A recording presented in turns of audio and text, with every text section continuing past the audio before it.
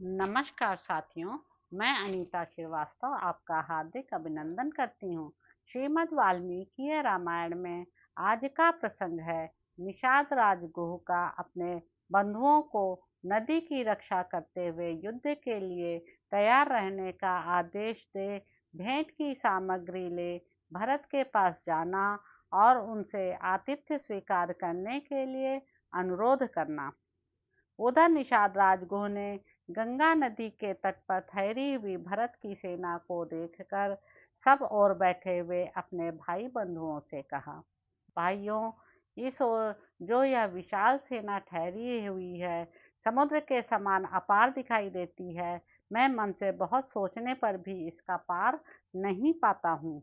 निश्चय ही इसमें स्वयं दुर्बुद्धि भरत भी आया हुआ है।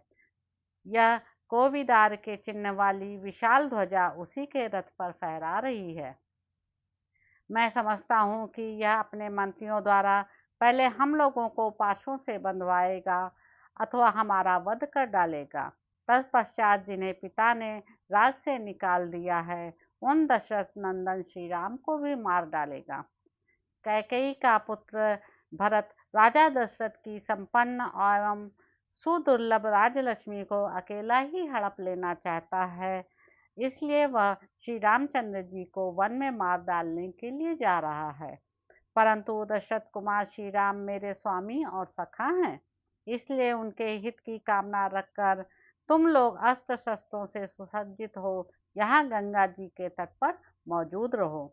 सभी मल्लाह सेना के साथ नदी की रक्षा करते हुए गंगा के तट पर ही खड़े रहें और नाव पर रखे हुए फल मूल आदि का आहार करके ही आज की रात बितावें।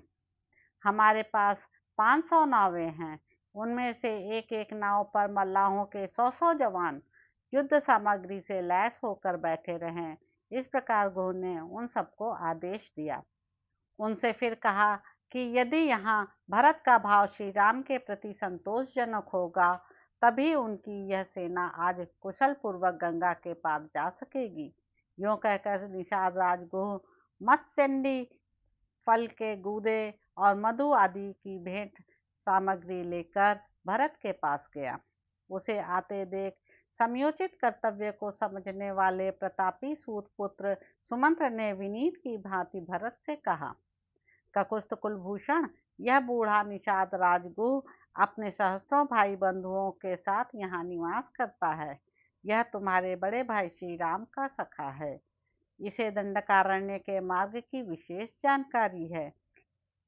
निश्चय ही इसे पता होगा कि दोनों भाई श्री राम और लक्ष्मण कहाँ हैं। अतः निषाद राजगुह यहाँ आकर तुमसे मिले, इसके लिए इसे अवसर दो। सुमंत्र के मुख से यह शुभ वचन सुनकर भरत ने कहा, निषाद राजगुह मुझसे शीघ्र मिले, इसकी व्यवस्था की जाए। मिलने की अनुमति की पाकर गुह अपने भाई बंधुओं के साथ वहां प्रसन्नता पूर्वक आया और भरत से मिलकर बड़ी नम्रता के साथ बोला, यह वन प्रदेश आपके लिए घर में लगे हुए बगीचे के समान है। आपने अपने आगमन की सूचना न देकर हमें धोखे में रख दिया। हम आपकी स्वागत की कोई तैयारी न कर सके। हमारे पास जो कुछ है वह सब आपकी सेवा में अर्पित है। यह निषादों का घर आपका ही है, आप यहाँ सुखपूर्वक निवास करें। यह फल मूल आपकी सेवा में प्रस्तुत है, इसे निषाद लोग स्वयं तोड़ कर लाए हैं। इनमें से कुछ फल तो अभी हरे ताजे हैं और कुछ सूख गए हैं। इनके साथ तैयार किया हुआ फल का गूदा भी है।